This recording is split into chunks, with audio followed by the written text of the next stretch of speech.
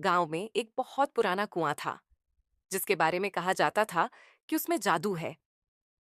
दादी नानी से लेकर बुजुर्गों तक ने कई कहानियां सुनाई थीं कि जो भी उस कुएं के अंदर झांकता है उसे कुछ अजीब जरूर दिखता है।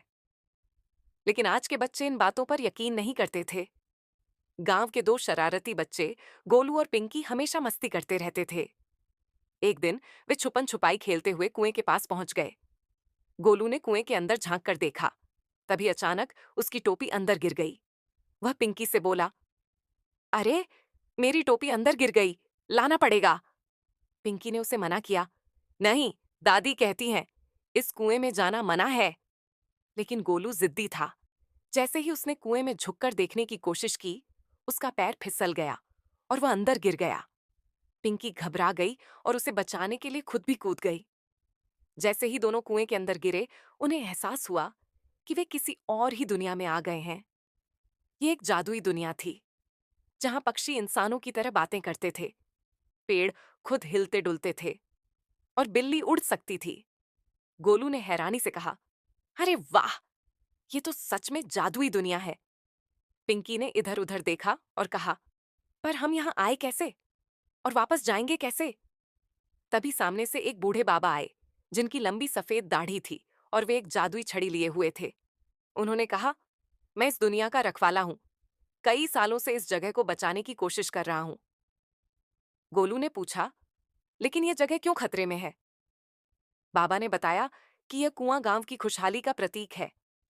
जब तक गांव के लोग प्रकृति का सम्मान करते थे, पेड़ लगाते थे, नदियों को साफ रखते थे और जानवरों से प्यार करते थे, तब तक यह जादुई दुनिया जिंदा थी।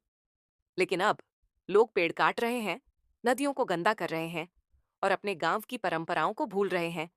इसी वजह से यह जादू धीरे धीरे खत्म हो रहा है।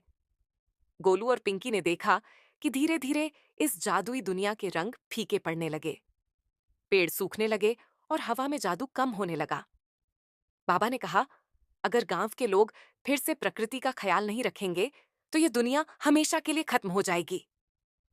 गोलू और पिंकी ने तय किया कि वे अपने गांव वापस जाकर सबको यह सच्चाई बताएंगे। बाबा ने उन्हें एक जादुई बीज दिया और कहा, इसे अपने गांव में लगाना और देखना कि क्या होता है। गोलू और पिंकी वापस गांव लौट आए और सभी लोगों को अपनी अद्भुत यात्रा के बारे में बताया, लेकिन कोई मानने को तैयार नहीं था। तब उन्होंने बाबा का दिया हुआ बीज गांव के बीचों बीच लगाया। कुछ ही दिनों में वहां एक सुंदर, चमकता हुआ पेड़ उग आया, जिससे सुगंधित हवा निकल रही थी और चारों तरफ हरियाली बढ़ने लगी। गांव वालों को समझ आ गया कि प्रकृति का सम्मान करने से ही खुशहाली बनी रह सकती है। धीरे धीरे गांव के लोग फिर से पेड़ लगाने लगे, नदियों को साफ करने लगे और जानवरों की देखभाल करने लगे। जैसे जैसे गांव अच्छा होता गया, वैसे वैसे कुएं की जादुई दुनिया भी फिर से जिंदा हो गई। गोलू और पिंकी ने एक बहुत बड़ी सीख दी, अगर हम अपनी धरती का ध्यान रखेंगे तो धरती भी हमें बहुत कुछ देगी। ये कहानी हमें सिखाती है कि एक प्रकृति की रक्षा करो, तभी दुनिया सुंदर बनी रहेगी। दो बुजुर्गों की कहानियां सिर्फ कहानियां नहीं होती, उनमें सच्चाई भी होती है। 3, जो दूसरों को बचाने की कोशिश करता है, असल में वही सबसे बड़ा हीरो होता है।